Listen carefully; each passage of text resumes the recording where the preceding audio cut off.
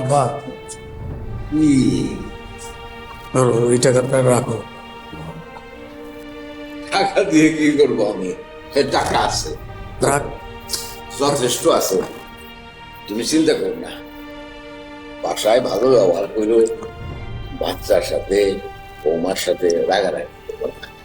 হ্যাঁ, আসি, রাখো টাকাটা। যাও, তুমি যাও, ভিতরে যাও, যাও, যাও। যথেষ্ট দিয়েছি, যাও।